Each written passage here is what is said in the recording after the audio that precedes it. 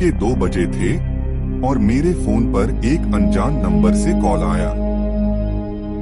मैंने उठाया तो दूसरी तरफ से सिर्फ सांसों की आवाज आ रही थी, गहरी धीमी सांसें। मैं डर गया और फोन काट दिया। लेकिन कुछ सेकंड बाद ही दोबारा उसी नंबर से कॉल आया। इस बार मैंने हिम्मत करके पूछा, कौन हो? उधर से कोई जवाब नहीं आया, सिर्फ वही सांसें। अचानक सांसों की लय बदल गई, जैसे कोई मेरे बहुत करीब आ गया हो।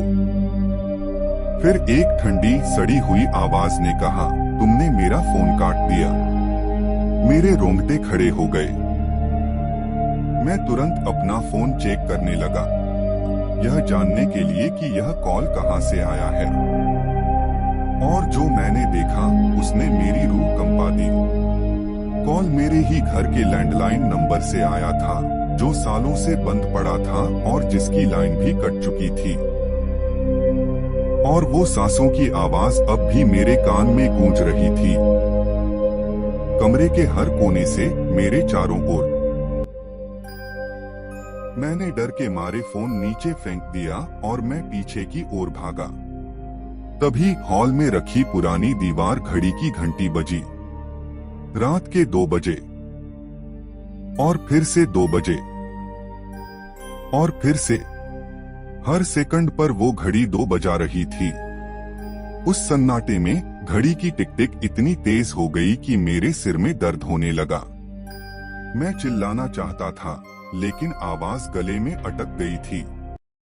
मैंने खिड़की की तरफ देखा तो बाहर अंधेरे में एक परछाई खड़ी थी। वो मेरे घर के अंदर देख रही थी। उसकी आंखें लाल थीं, जो अंधेरे में चमक रही थीं। तभी मेरे पीछे से एक ठंडी हवा का झोंका आया और एक ही पल में मेरे सारे बाल खड़े हो गए। मैंने पलटा तो देखा, मेरी परछाई दीवार पर नहीं थी।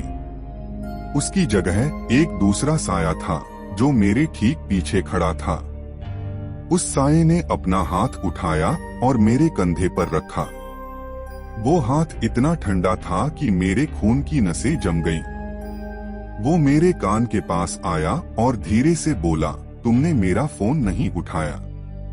अब मैं तुमसे मिलने आया हूँ। उसकी सांसों की सड़ी हुई बदबू मेरे चारों ओर फैल गई।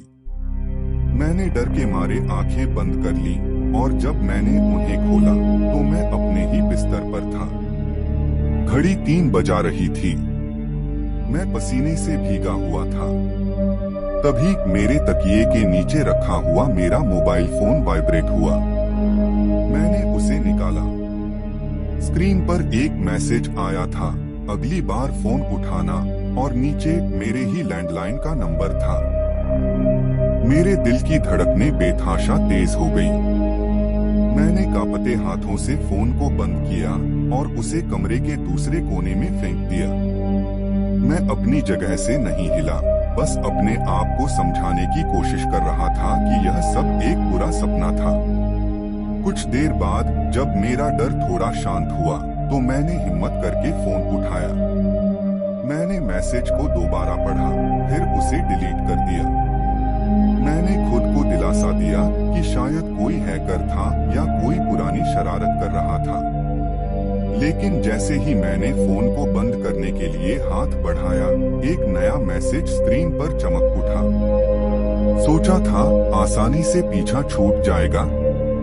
इस बार मैसेज में कोई नंबर नहीं था, बस एक तस्वीर थी। मैंने तस्वीर खोली।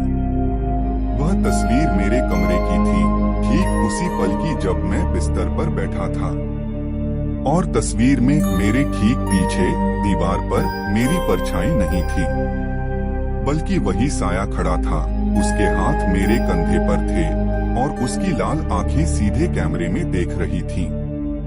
यह कोई सपना नहीं था, वह मेरे साथ ही था, हमेशा से। और तभी मेरे कमरे की दीवार पर लगी पुरानी घड़ी की घंटी फिर से बजी। ठीक 3 बजे।